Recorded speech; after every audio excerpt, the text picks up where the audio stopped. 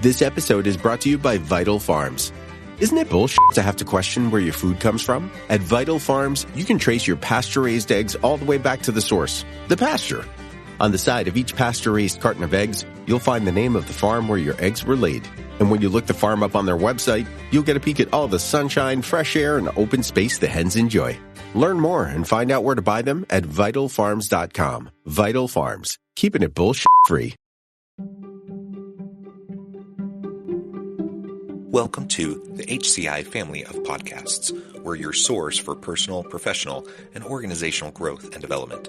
We share our own original research, explore industry trends, and interview executives and thought leaders from across the globe. Join us for practitioner-oriented content around all things leadership, HR, talent management, organizational development, and change management. Maximize your personal and organizational potential with the HCI family of podcasts.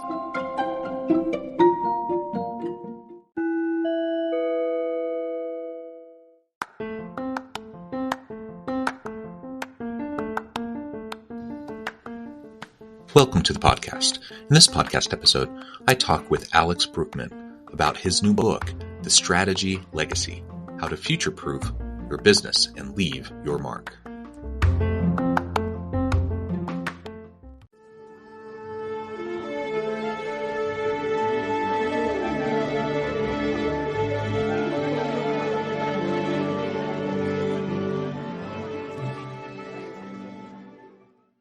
Alex Brueckmann, welcome to the conversation today. Thanks for having me, John. It is a pleasure to be with you again. You were a guest on the podcast maybe a couple of years ago or so. I'm excited to be able to sit down with you again today. We're going to be discussing your new book, which has been having tremendous success, The Strategy Legacy: How to Future-Proof a Business and Leave Your Mark. I love the title. I love the contents even more. Before we dive on into the book and really unpack some of that, I just wanted to start with a brief bio for Alex. Alex Brueckmann is the Wall Street Journal bestselling author of The Strategy Legacy, as I just mentioned. He is the founder and president of Brueckmann Executive Consulting based in Vancouver. Alex has impacted thousands of leaders across the world. His clients include high-growth startups and Fortune 500 executive teams. He holds degrees and certificates in management, leadership, and strategy from EBS University, INSEAD, and Harvard Business School. And I could say a lot more about you and your background, but I'm going to pause there. Anything else you would like to highlight for the audience before we just dive on into your book? I think you said it wonderfully. All right. Well, very good. So why don't you start by just laying the foundation for this book? Why this book? Why now? What gap and what niche are you trying to fill? The book came at the tail end of, and I think I talk about it in the book, in the beginning of the book, well, something that I called a self-induced external shock. My wife and I, we decided to move from Germany to Canada about 1.5 years before the pandemic hit, before COVID, which means we were about to move continents when it happened. So we moved at the end of March 2020, which was the first high phase, lockdown phase, which was pretty terrible to move continents, but we made it safe and sound, so no complaints on that end. But what happened there was, while I was moving closer to my customers in North America, I felt strangely guilty of leaving my customers in Europe behind. And that guilt kind of was nagging in my head. And a friend of mine said, why don't you hand over a nice present and continue with your life? And we had a hearty laugh about it because, yeah, if it were so simple, everyone would do it. But that idea of a present then developed into, why don't I write down what I've been doing with some of these customers and give it to them so that they can replicate it without me? Because, I don't want to fly to Germany for a one-day workshop or things like that. That doesn't make sense. And sometimes when you've gone through something with someone external, you feel, I might be able to do this myself the next time if I only had, let's say, a manual for it or something like that. So that was the initial idea. How can I write down what I've been doing with my customers in ways that they can replicate it without me? And that developed into a manuscript that became thicker and thicker and more. And at some point I was like, yeah, that's not gonna work. You can't give people 100-page PDF document and be like, hey, I know you can do this. So I started to think about what if that might be a book. But at that point in time, I hadn't published any book yet. So I reached out to people in the publishing industry, namely my agent, who became then my agent. And I was just asking from a very curious perspective of how does all this work? And he told me, you know what, send me over the first 50 pages. And 2 hours later, he wrote back like, this is pretty great. Let's do something with that. And then it developed into this book, which is a, if you want to call it that way, a leadership and strategy manifesto kind of thing, and just something that I give the world to enable and empower everyone to make strategy their own thing. I don't believe in the concept that strategy is something magical or difficult or something that happens in a boardroom. Strategy is for everyone, and every leader needs to understand what strategy is and how it can help them in their business, in their area of responsibility. And that's how the idea of packaging it into a book about becoming a strategic leader and future-proofing your business came about. Yeah, well, I love that. Being able to share your experiences, your wisdom, your insights in a practical guide of sorts for others to be able to replicate. I think that's tremendous. And I also like, the subtitle of your book, Future Proofing a Business. I think it's all about sustainability, and the landscape of business is changing rapidly. I mean, the world is changing rapidly. And so we can't just like rest on what worked in the past. We have to be forward thinking and preparing for an unknown future. That, of course, is, impossible to do completely. We don't know what's going to happen, so we can't completely do that. But there are things we can do that will give us a better leg up when we hit challenging times, when we need to pivot, and in having good strategy chops and just exercising that muscle so that we can do, so everyone, as you said, can do strategy on a regular kind of rolling basis, I think is just super, super important. And we all do it, by the way, right? So whether it be in our personal lives, we strategize 100 times a day. When we think about, for example, how can we win with our neighborhood soccer team against our opponents the next time, we lay out a plan, we lay out tactics, we think about whom we put on the field. That's in its own right already some sort of strategizing. And we do it when we think about our next job, when we apply for a new job. Why do we do this? We do this because we care about our family and we want to provide for the family. We do this when we pick out our home, our next home that we buy. We try to figure out what's the school district to be in the best catchment possible so that we can send our kids to the right school. Like all these questions, they have a strategic component to it. Why don't we use it more for our work as well? Yeah, well, and I think part of it's like you just said, there's this kind of old school mentality that strategy is for the C-suite. They create the strategy and then they disseminate it on down the ranks, and then everyone else just does what they tell them to. That doesn't work so well anymore. Like there's just too much disconnect between, especially with a organization with lots of levels in hierarchical tiers. You got to push strategy down, and you have to get everyone involved in the daily strategic mindset if we hope to be relevant in the future of work. So future proofing your business fundamentally requires strategy. Like you said, it's not necessarily like crazy complicated though. Like we also think, there's these strategy tools, that sometimes look pretty complicated, or you have like some strategy template or someone's like, oh, I don't know how to use that. There are tools you can use, there are frameworks you can use, but it's also fairly straightforward and it's not rocket science. So if you can just do some basic principles pretty consistently over time, you're going to be, 80% of the way there, well on your way to being much more effective.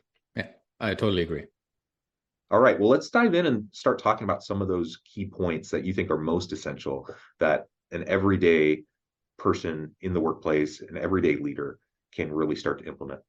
So the first thing I would say is to understand what strategy is, to take the air out of this inflated concept. And there's no one who said it better than Roger Martin in his great book, Playing to Win. Strategy is about making the choices that help you win in your chosen marketplace, whatever winning means and whatever your chosen marketplace means. That can be very, very different. That would be like very different for a not-for-profit organization, let's say in the environmental protection space, than if you take a for-profit software as a service company in the Silicon Valley, for example. So very, very different what winning means and what chosen marketplace means. But in the end, it's about deciding, where do I want to invest my limited resources in? Mm-hmm. And with that, I mean, especially your time, your attention, because there are always more great ideas than you can possibly explore and implement. And of course, it also means, where do I invest my funds in, right? So stretching ourselves too thin, especially when you're an entrepreneur, when you have a small business, can quickly lead to becoming irrelevant, because you're not doing anything particularly well, so you don't stand out in a certain way. When we work with Inc. 5000 businesses, like fast growing companies, their biggest challenge is that they have so many great ideas that they hardly can focus on one. There's like this kind of organizational ADHD happening all the time, where you do one thing and then the next thing, and then you pivot to the next thing. And rather than focusing on a few things and doing them extraordinarily well and helping everyone in the organization understand how they contribute to these handful of priorities, that is in the end what strategy is. Knowing where you go and know the few priorities that will get you there, and implement those with everything you have in your daily work and in the way you operate. So this is where strategy and culture start to go hand in hand. And if your organization understands that those few priorities make or break the success of the future, and if you then give everyone the, let's say, the capabilities, the skills to work in that direction, that is pretty powerful. And that is a concept that executive teams often understand very well, from a rational perspective. The challenge starts when we want to implement it and help the next layer of leadership, for example, to understand it. And when we talk about larger organizations, when we work with Fortune 50 companies, for example, or Fortune 100, you mentioned it already, when there are multiple leadership layers already in place, it's really about creating that dialogue throughout the organization, up and down and back again, about strategy, about culture, and what those priorities really are. You know as well as I do, if I hire you and I don't give you anything to do, within 2 weeks you will have a full calendar. You just find work. That's how we're wired as human beings. We don't want to just sit there idling. We want to do something. So helping people to find what that priority is, what they should do, and how they should do it, that's in the end what strategy is all about. What would you say are some of those key skills that top level executives need to start developing in their people, pushing down, so that we can have more of that that holistic strategy mindset in what we do? I think you're alluding to those 6 capabilities that I mentioned in the book. Of course, strategic acumen, this is kind of the no-brainer, right? When we talk about the book about strategy, strategic acumen is really a biggie. And what that simply means is, am I able to think and act strategically? That might be a bit of a no-brainer for some, because, I'm an executive, I need to do that. But you would be surprised how many executives we work with that grew in their roles, in their subject matter expertise up the ranks, and they never really had to strategize. They are not used to that type of mindset, simply because they became successful in their subject matter.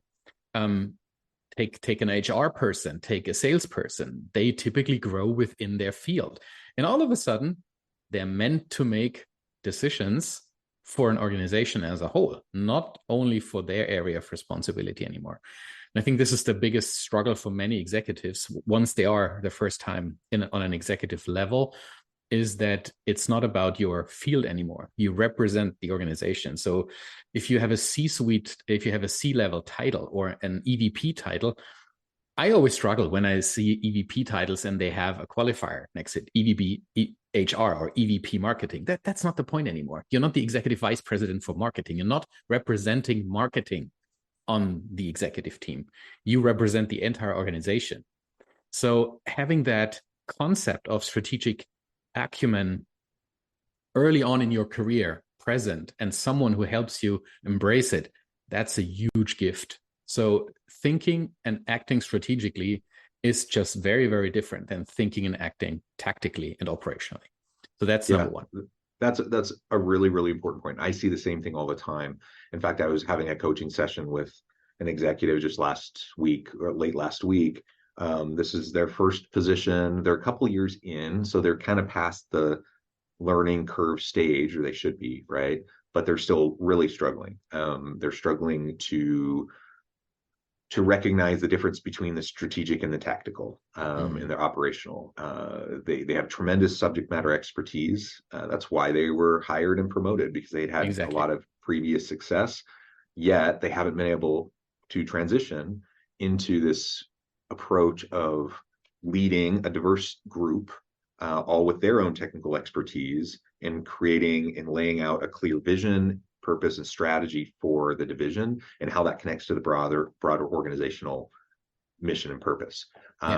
It's a super common problem, and you just, I think, articulated well why we tend to see that over and over and over again. And it's this person that I was talking with, they're a good person, like they're a good, well-meaning person. They work really hard, they have good intentions, yet there are a lot of problems. And it's not because they're like sinister or nefarious in any way, trying to think, how am I going to, mess up my division or hurt my people? Of course, nobody wants that.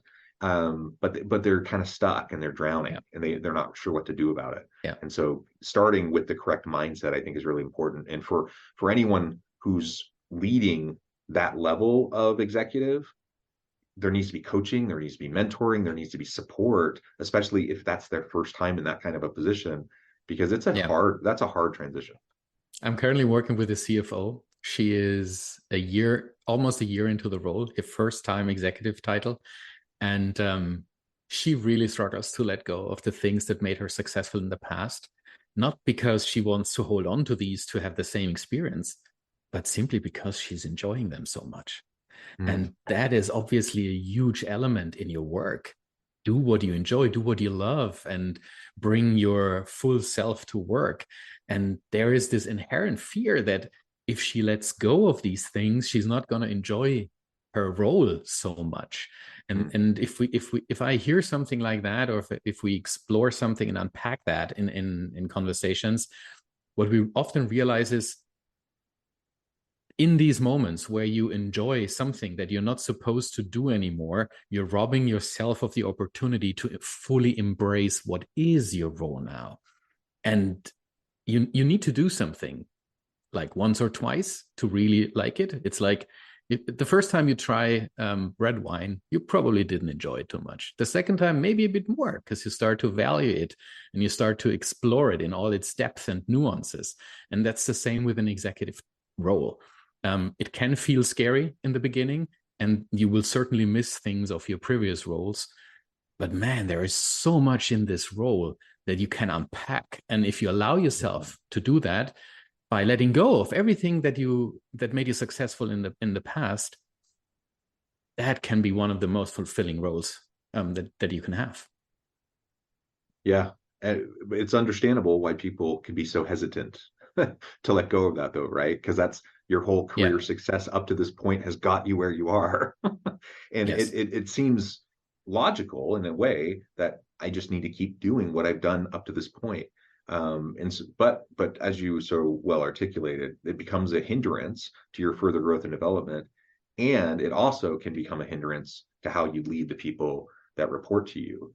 Because then, I see this all the time too, where an executive is like, well, I did XYZ to find success. And so then it becomes prescriptive, and they're like, okay, so you need to do XYZ to find the same success, which just isn't how it works. And so you really do need to just be able to step back, reassess what is needed in your new role, refocus your time, effort, and attention. And then for your people on your team who you're trying to develop your bench strength and people who can take on future roles, meet them where they're at and find opportunities to develop them in a way that makes sense for their role, because it's going to be probably a bit different than the way you did it.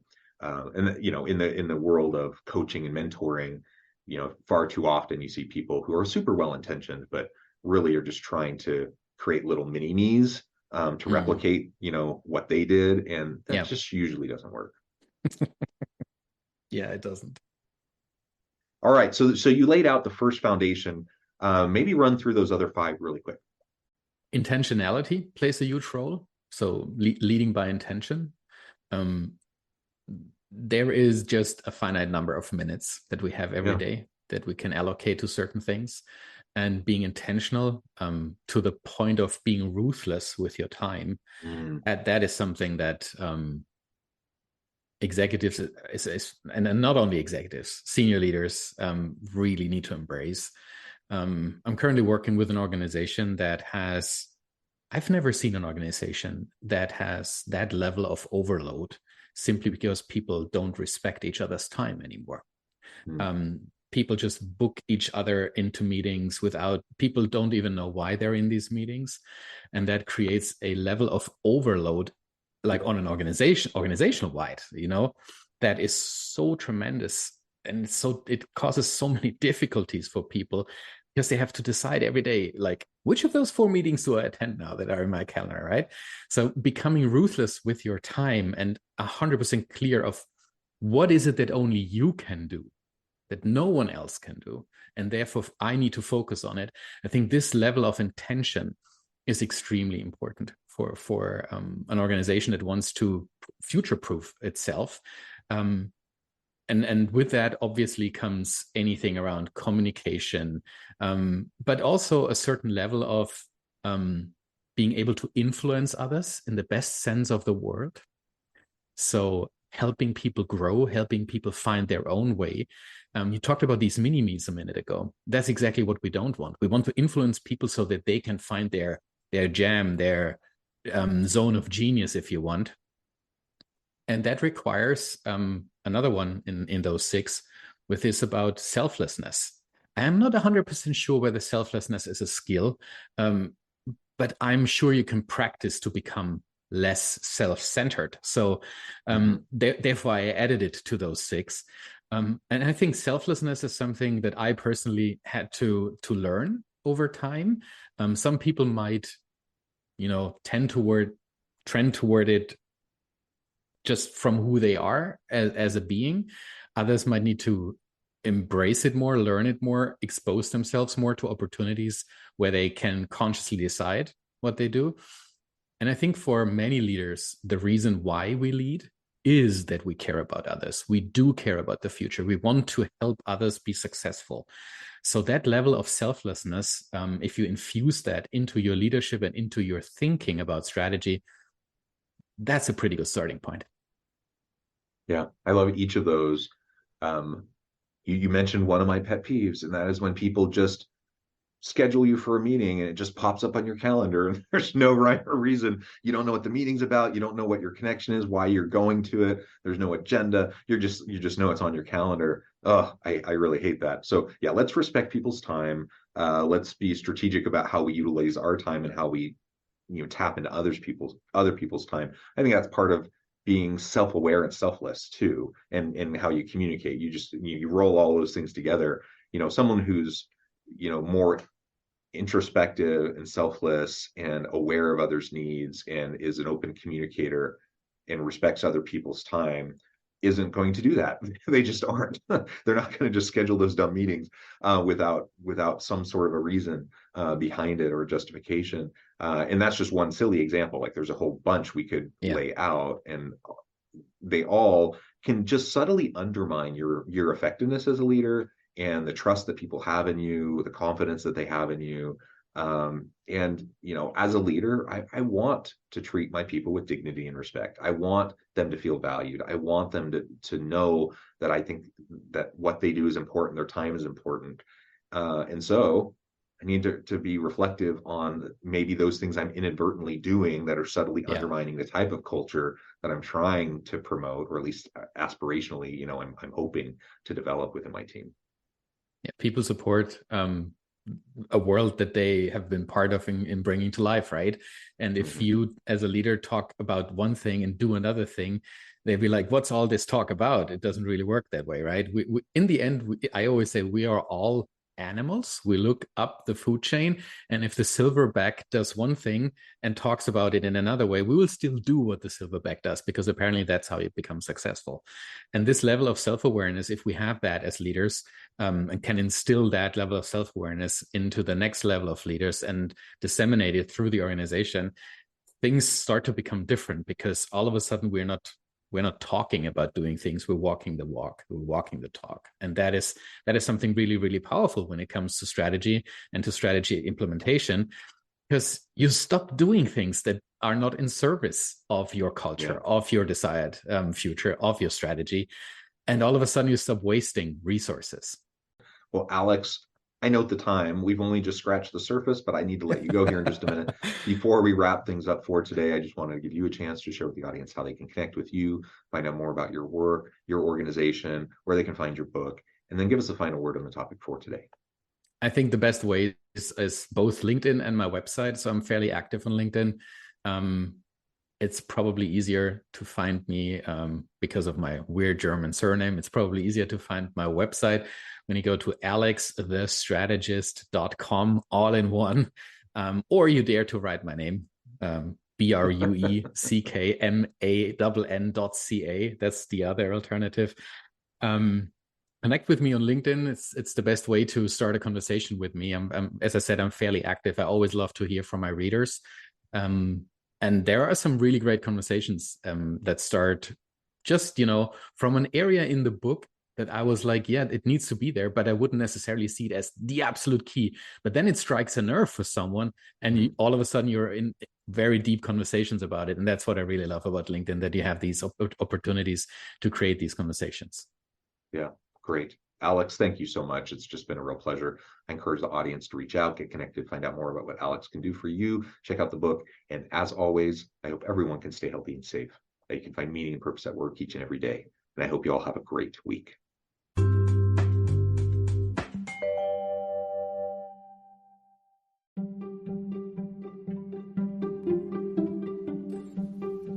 Thanks for joining us for this episode of the podcast. We hope you stay healthy and safe, and please join us again soon.